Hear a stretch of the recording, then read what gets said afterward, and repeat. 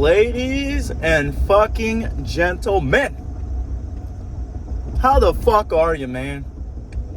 I wanted to record a podcast. I called in today. We're going to get into that shortly. But, went to the gym, normal shit. I'm still driving. I'm about to park, though. Is it illegal to drive and record yourself? I don't know.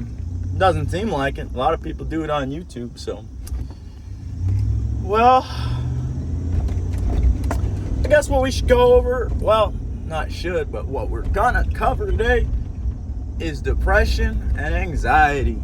Hell yes.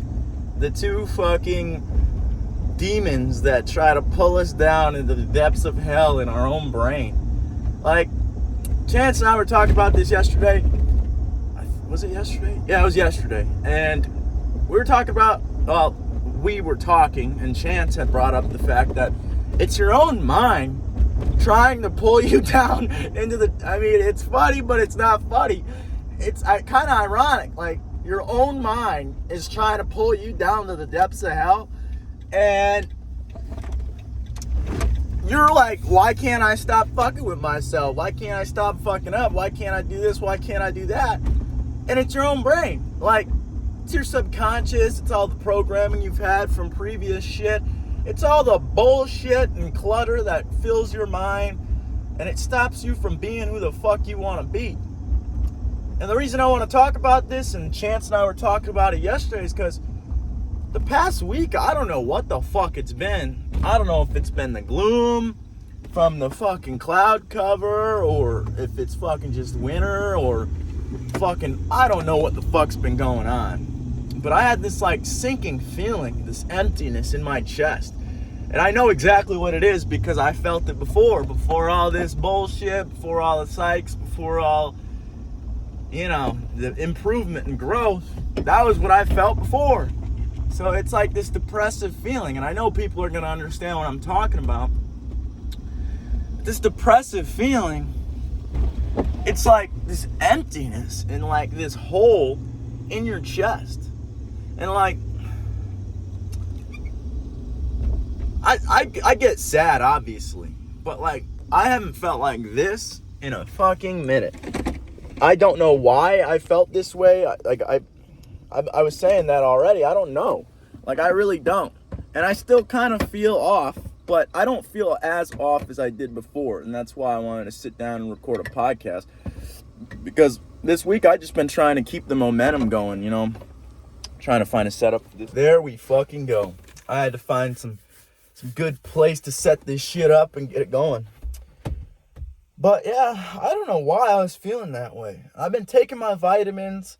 Okay, so I have been drinking a shit ton and smoking a shit ton, but it's just, obviously it's counterproductive to feeling better if you're overindulging in a substance, whatever the substance may be, coffee, alcohol, sugar, any of that. It's going to make you feel like shit if you overindulge and don't moderate yourself. But the reason I was doing it is just for a way to cope. Like, I don't believe in taking pills and shit no more. Like, I don't care if other people do, but if I can, limit myself to not take any pills, then that's what I'm going to do. Just because I don't know what they're putting in them. I don't know what kind of chemical, what's the word?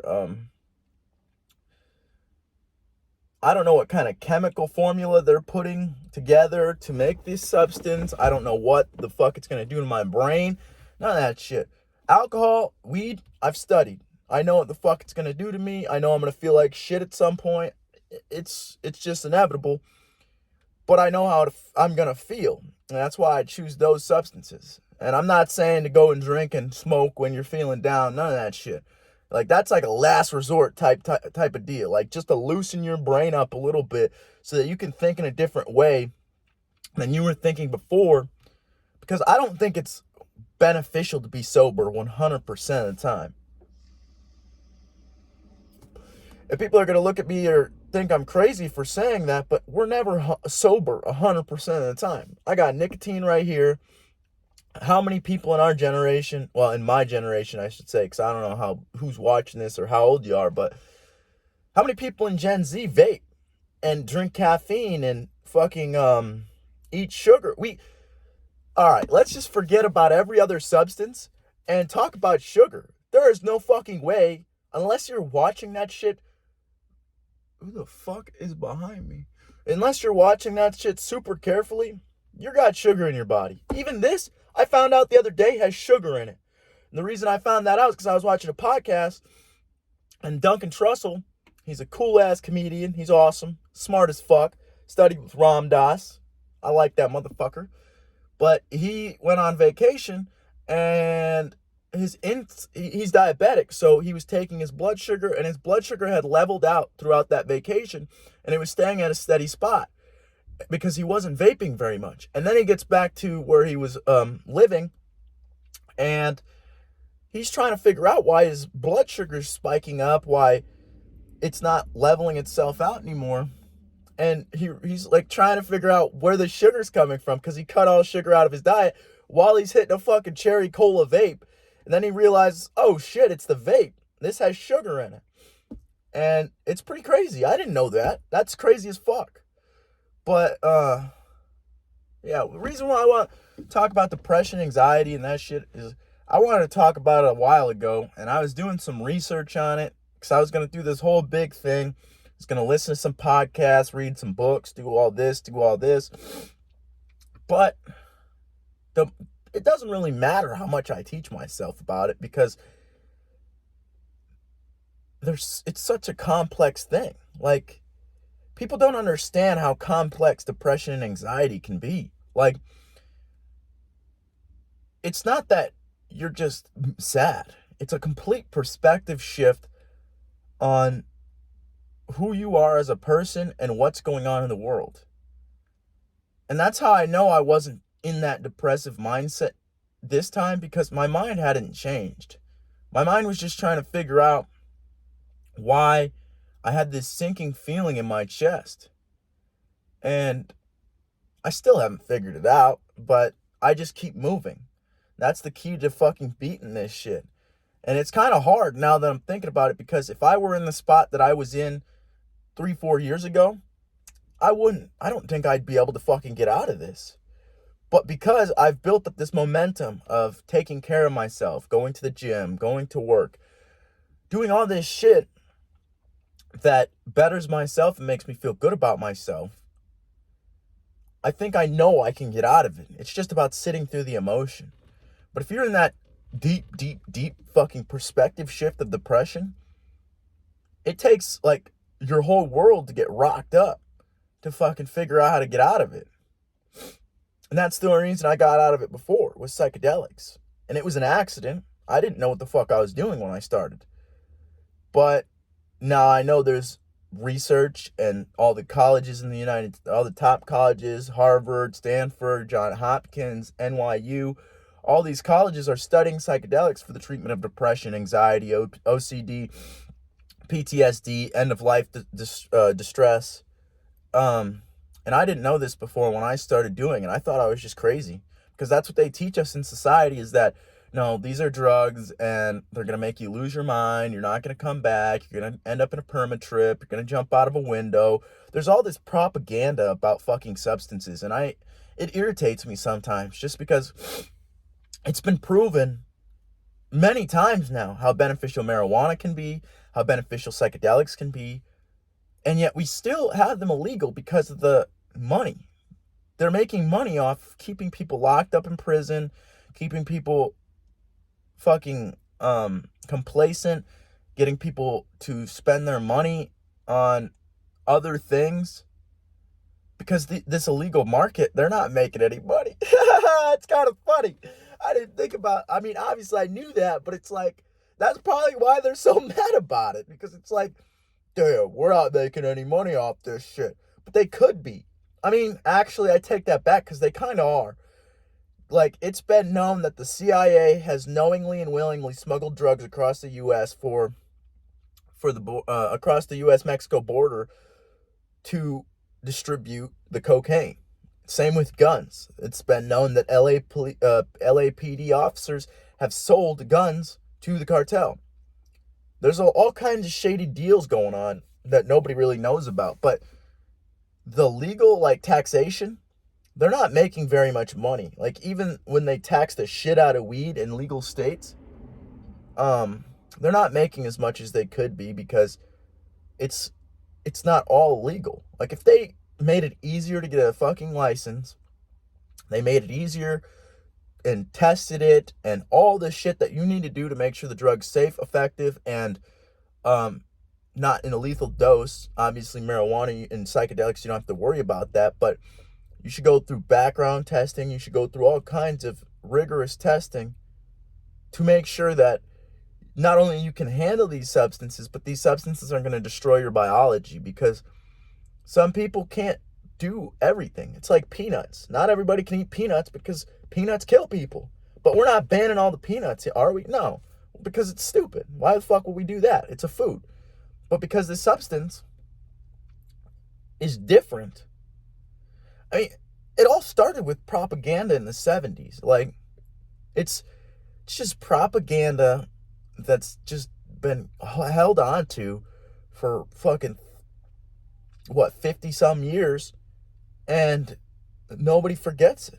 It like changed the whole way our society worked, to the point where our main drug is alcohol or caffeine or nicotine.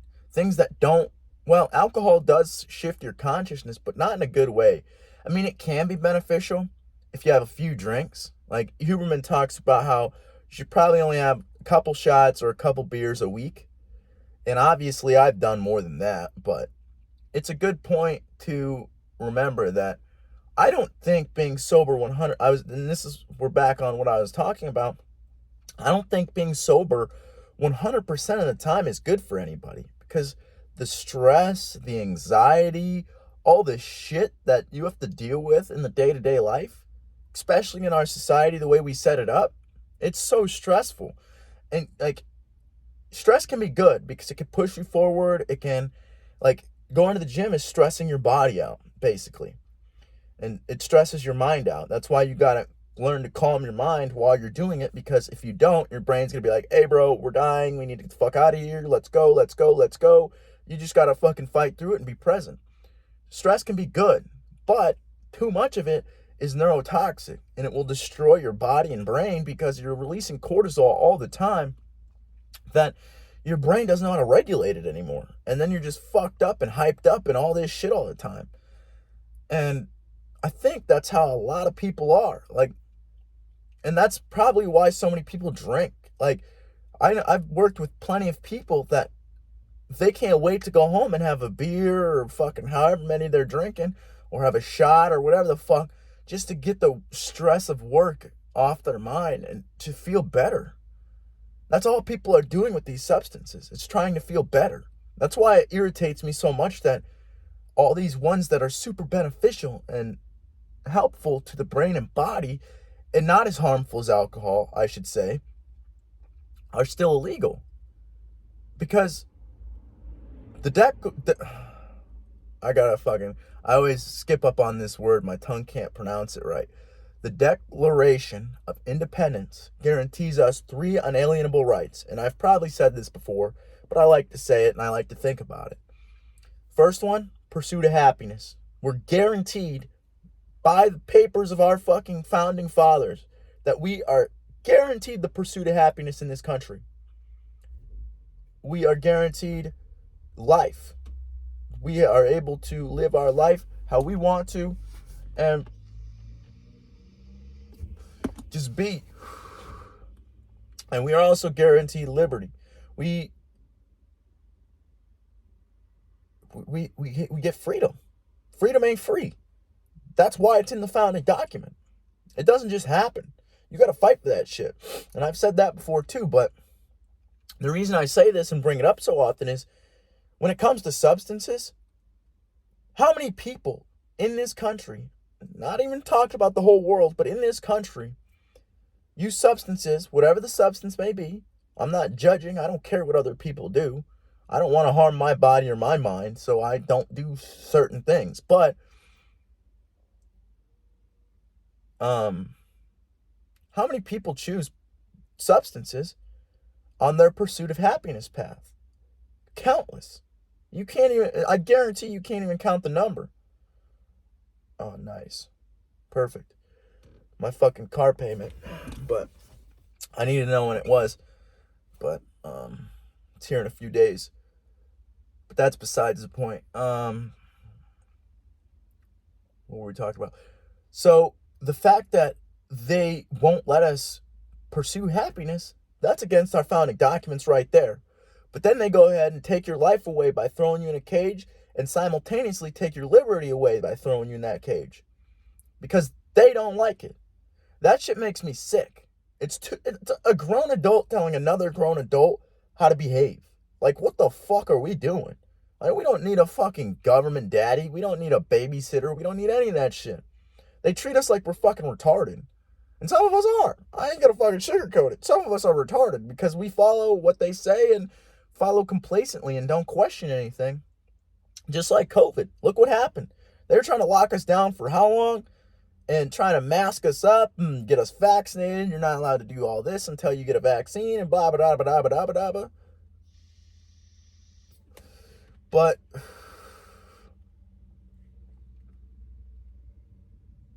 the male lady's next to me. I'm kind of nervous.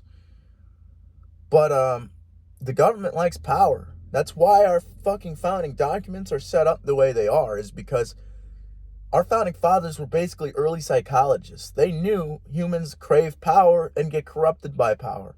And so they put all these checks and balances in place so that people couldn't overstep. And slowly we've been pushing these boundaries and pushing our fucking checks and balances further and further until one day we're not going to have freedom at all. And it sounds crazy and people don't believe it, but look at fucking China. Look at Russia. Look at Pakistan, look at Iran, look at Iraq, all the fucking Afghanistan, fucking all these countries, Ukraine. Everybody's trying to fight for freedom. And here we are with the freedom. And that's why they come over here, is because this is where the most freedom is and the most ability to build yourself up and make something with yourself. And that's why people come to America. And we all take it for granted. Americans take it for granted like it's just something that we deserve and something that we just have forever. But the reality of the situation is we're not going to if we don't fight for it, if actively pursue freedom. We need that shit. Freedom of speech, freedom of religion, freedom of press, all this shit we need. That's what makes this country so amazing. But I think a lot of people are struggling. I know a lot of people are struggling. Because I've talked to people, I've fucking talked to many people about what's going on in their heads. And I look at myself, and obviously I'm not qualified, and I am not the best, obviously. I'm not professional, I'm not any of that. But the way I view myself is as other people's therapist. That's why I talked about the way I was feeling all week. I was just trying to deal with it because I don't want to bring everybody else down. I want to make everybody up. I want to make them happy. I want to make them feel good. And if I'm laying all my bullshit on top of their bullshit, then they're not going to feel good. They're going to feel like shit. Even worse than they felt before. Because if I don't cope with my own problems, who the fuck will? No, you can't just fucking, yeah, you could talk to people, but at the end of the day, you still have to work. And you still have to put the work in. That's why I believe you should put the work in first and then talk later. And sometimes you got to talk before you put in the work. Whatever you need to do to fucking feel better, do it. But I say I look at myself as people's therapist because I talk to people about everything. As long as they're open with me, and I'll be open with them, and I'll tell them whatever they want to hear.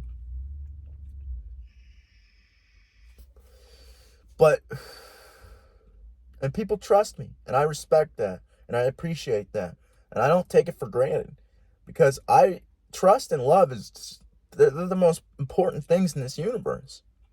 You can't change my mind on that. Without love, there's no trust. Without trust, there's no love.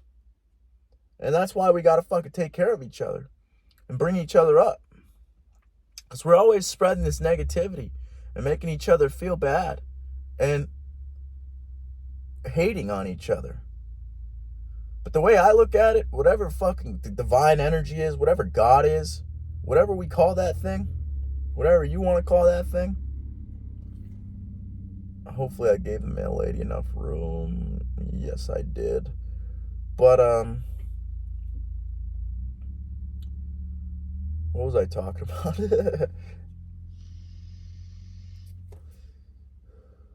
I don't remember. But regardless, we need to bring each other up and stop pushing each other down. Stop making each other feel like shit. If somebody talks to you and opens up to you, lean into it. It's going to be uncomfortable. Like, I get uncomfortable talking to people every fucking day because I've always been antisocial. I don't know what it is. I think I have autism, but I've never been professionally tested for it. But that's the only explanation I have for the way my brain works, because I've noticed since I was a kid that people's brains don't work like mine. And I've yet to meet somebody whose brain works like mine. Like Chance, super intelligent. Maybe he's probably more intelligent than I am. But at the same time, he doesn't have that bombastic energy and bombastic fucking... It's like my brain's always on a million things at once. Like, I'm not actively thinking about a million things at once, but a million topics could pop into my brain at any moment. Like, oh, the earth looks crazy today, and what I'm going to do at work. I think that's how most people's brains work, actually. But mine's like when it comes to like the universe and the planet and what's going on in the Congo and all this other shit and how cars work and all this shit that I'm just always trying to learn. I feel like that's the only way out of your brain is to learn. And Jesus, and to teach yourself things that you didn't know before. Because that'll make you a better person and make it easier to deal with things that get thrown at you. Because if you know a certain amount of things, then stress won't affect you as much. Unless it's something new. Like everyday stress, like going to work. Oh, it's just normal shit. Yeah, I still get irritated at work and I get a little frustrated. But at the end of the day, it's like, it's normal shit. It's just work shit. And that's why you got to teach yourself and learn. But the entire reason humans get depressed and anxious and overly compulsive and post-traumatic stress and all this shit is because we have the ability to time travel. And it sounds crazy when I say it like that, but that's why I said it like that, because it's crazy. People don't think about it like this, but our brains are the only brains on this planet that has the ability to view the past, use it in the present moment to become better in the future that we envision. And that's all anxiety is just staying in the future too much. Like, oh, this is going to happen, or this is going to happen, or this is going to happen, or this is going to happen.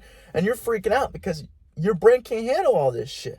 Like, we're not supposed to be thinking about all this shit at once. And then depression is just thinking about the past too much. You're stuck in your head and stuck in a memory. And you keep reliving this memory or this feeling that isn't there anymore. And it makes you feel empty because, well, it makes you feel empty because it's not there. It's fake. I mean, our memories are shit. I've said this before too. Even people with photographic memory, if they look at something and then go and draw it, they're going to get something wrong. It might be a minor detail, but nobody's brain can perfectly remember everything. And in fact, when you re-remember something, it changes the memory because you're remembering a different thing. Like the first memory, that's the baseline memory. But then after that, it's just chemical traces. Like, oh, this smell reminds me of this, or this thing that I'm seeing reminds me of this, or this thing that I'm feeling reminds me of this. And that's basically what the fuck a memory is. It's just a chemical trace in your brain.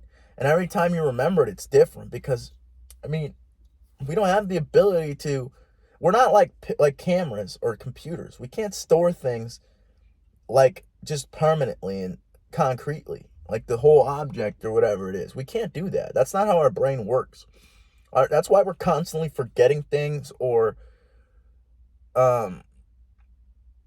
constantly, like for me, and I'm sure Chance feels the same way, and Rogan talks about it all the time, but your brain gets overloaded if you put so much information in there.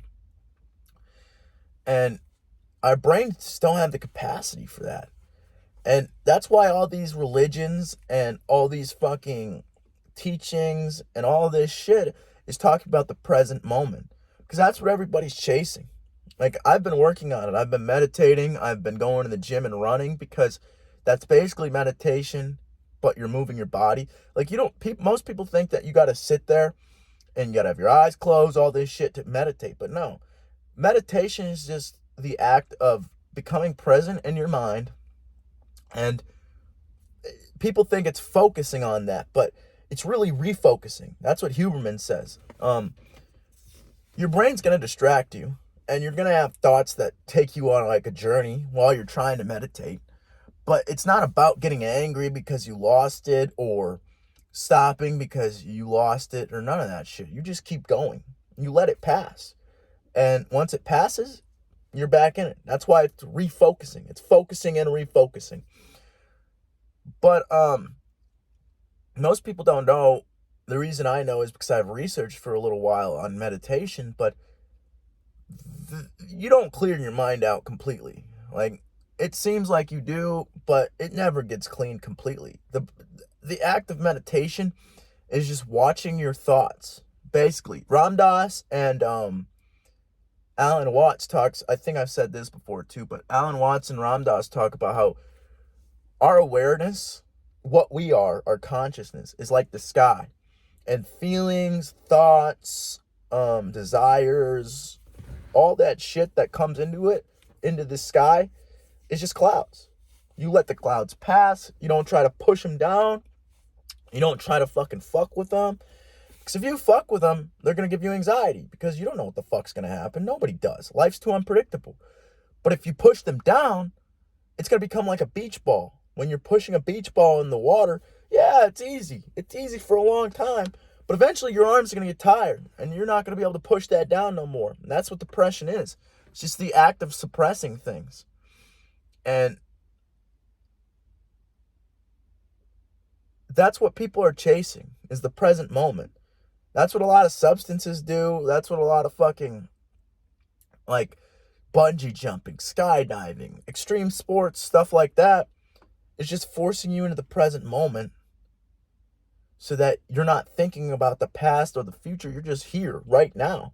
And that's how we should be living as human beings. That's what we are, human beings. We should be being, not doing. Human doing is not what we are. We're supposed to be being. You could do things and run and do all this shit. You could do the same shit you did before, but you could do it from the present moment. And the reason I'm spewing off about this shit is because that's how you cure depression and anxiety. Yeah, your brain's going to feed you all this bullshit. It's going to tell you all this shit. You're not good enough. You're not this. You're not that. You're not this. You're not that. You are this. You're fucking ugly. All this shit. It's all this bullshit that your brain's trying to convince you of. And you just let it go. Like, it's hard and it takes a lot of practice. Like, I still struggle with it. But you just let it pass. Because if you think about it, what were you thinking about 10, 20 minutes ago? You probably have no fucking idea. I know I don't. I could probably sit here and think all day and I still wouldn't know. That's what thoughts are. They're not us. They're just things that come into our head. We are us. And you can manipulate thoughts and use some that are good, but all the bad and negative ones that come into our mind, you don't need them. And just let them pass through. It's like going in one ear and going out the other. That's how thoughts should work. And it's hard as fuck. That's why everybody's struggling. And school doesn't teach us any of this shit. School doesn't teach you how to manage your mind at all. Like, the first time I was in depression, I didn't even know. Like, this chick I was with at the time, that was kind of disrespectful. I don't want to call her a chick. This woman I was with at the time, she made me realize I was fucking depressed. I was like, what's crazy is when I was a kid, I thought it was fake. And I wonder if that's how a lot of people think. Because as kids, the reason kids don't experience like sadness and anxiety like adults do is because the prefrontal cortex. That's what allows us to time travel. The decision-making part of our brain. And kids don't have a fully formed prefrontal cortex, which is insane in itself because our brain forms from the back to the front. And in the front is where our decision-making is. So That's why kids are so impulsive and fuck shit up and say things that they shouldn't. A lot of adults do it too. They just never learn, but but that's why. Because it takes 25 years for women and 30 years for men for that prefrontal cortex to be done developing. And then your impulsivity will subside a little bit. I'm sure it's always there, but you're going to better discipline yourself. You're going to better manage your mind, all this shit. And that's why kids don't feel depression and anxiety like adults do. And now that I'm thinking about it, I remember. See, I'm saying I remember, but it's weird. I guess I should just get the thought out. The thought is that I remember the turning point where I was just fucking around and being, and then all of a sudden, all this shit that I've accumulated in my brain for however many years that it took for my memory to kick in, it just overwhelmed me. And I wonder if that's how a lot of people feel. And maybe that's why it takes so long for adults to level, or like children to level back out. And I mean, obviously testosterone and hormones and puberty and all that shit has the part to play, but I think it's also that the fact that your memory kicks in and then you can actually remember shit. Like, for example, my niece was super bombastic, super happy all the time, all this shit. As a kid, she's 11 now, obviously she's still a kid, but it's different. I can tell it's different. And I remember the turning point of when she started to remember things. And it was kind of primitive at first. Like, oh, she remembers that I told her I was going to do this yesterday. Fuck. Now I actually have to do it. But I think it's starting to overwhelm her too. Because she has thoughts that I was having when I was like 16. And I bet it's because the kids are so smart now with technology and social media. Yeah, there's negative sides to it, but there's also positives where it can improve you and build you up. That's what I was doing as a kid. That's the only reason. I don't consider myself smart. I just consider myself well informed, and I still have a lot of information that I can gather. That's why I work every single day. But that's what I was doing as a kid, was just gathering information. I was watching YouTube. I was reading. I was doing all the things that I could do to gather enough information in my brain. Reading about ancient civilizations, reading about this, reading about that, evolution, religion, just as many subjects, science, history, all this shit that I could get myself into, I was. I got to piss so bad, but I'm only going to go for like 10, 15 more minutes, so we're going to hold it. But, yeah, that's why kids don't feel that way. And I think it can overwhelm them. Maybe that's why kids get so wild. It's because it's just this overwhelming feeling of all this shit that you've accumulated in your brain, especially if you've been traumatized, which most people have. Like, even if it's a little trauma. Like, for example, babies, when we were hunter-gatherers, were held from the day they were born till 2 years old. And that's when they started walking around and doing their own shit. And now we don't do that. And babies get sad because they get set down and they start freaking out, all this shit. And we're just like, oh, we'll be right back and all this and this and that. And I don't think we even have the muscular capability of holding a child that long anymore. Unless it's like on your back like a monkey. Because like when I'm holding my nephew, like I work out and even that shit gets heavy. Like after a while, I'm like, Jesus Christ, dude, I gotta set you down. Like I can't hold you no more. But that's how we used to be. Oh my God. The little squirrel. Sorry, I got excited. I like squirrels. He's so cute. But yeah, and anxiety. Well, I guess we should talk about OCD. OCD, I found out when I was doing the research. It was a while ago that I was doing the research. I just been putting it off. Maybe that's why I got into this funk. So the fucking whatever the goddess is like, dude, put this fucking podcast out. But OCD is just a form of depression. I found that out. It's just overly compulsing overly compulsively thinking about a certain thought. And I think I have a little bit of that. Or my brain just fixates on things sometimes. Like if I get hurt or I think something's wrong with me, my brain cannot stop focusing on it for like a week or two. And I don't know how to stop that, but I don't think it's about stopping it. I don't think any of this is about stopping it. Because what the podcast I was just telling you guys about with the vape, they were also talking about how depression can be like a motivator. Like, oh my God, this feeling you don't want to feel can push you into action to change your life and to try to live in a different manner that'll make you feel better. And maybe that's what all these things are.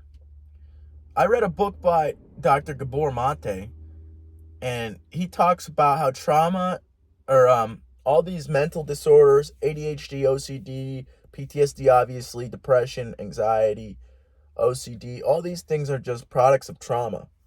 And our brain gets wired a little fucky, and then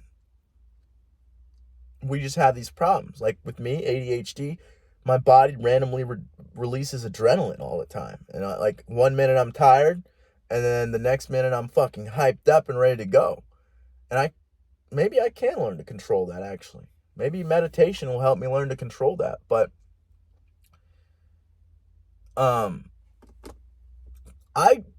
maybe these are just adaptations. Maybe because it starts when you're in the womb. I gotta piss so bad. It starts when you're in the womb. Because if your mom is releasing high amounts of cortisol while you're in the womb, you come out prepared and releasing that amount of cortisol because your body and mind is preparing you for a stressful environment. And you're going to need those adaptations. So maybe that's all this stuff is. It's just adaptations. Like OCD, maybe that's just a sense of control over the world because you have no control. Or depression is just trying to get you in action, but people get stuck in it. Or anxiety is just trying to help you plan for the future, and people get stuck in that too. Or PTSD, I don't know what let me think about that for a second.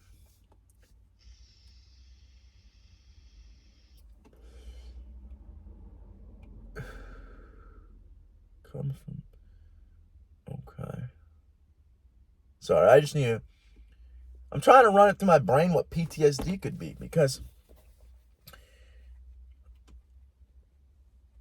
it's trauma and it comes from high stress environments. Oh, that's what it is. Your body and mind, it's like a soldier coming back from war. He has PTSD because he's been in the fucking trenches getting shot at and bombed and all this shit. His body and mind had to adapt and be ready for all this shit. And so that's what we consider PTSD. Wow. So maybe it's not that our brains are fucked up.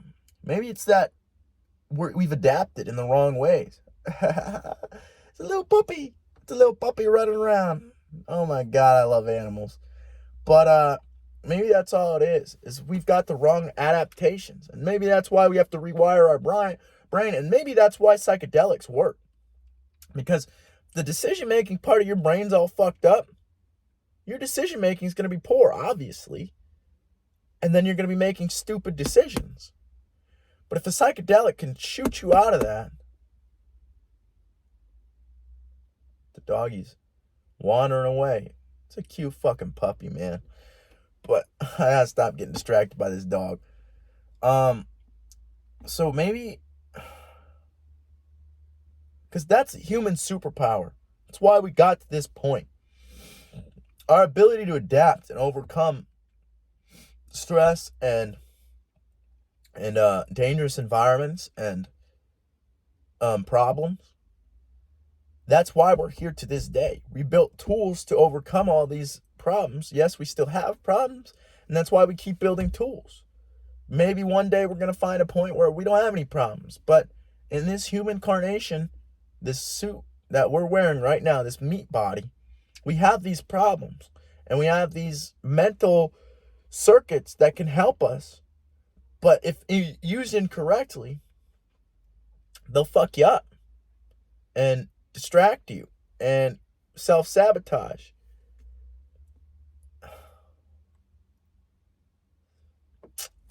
I've talked about this before, but I think the only way out of it is just forcing yourself to do things. And obviously getting the proper treatment.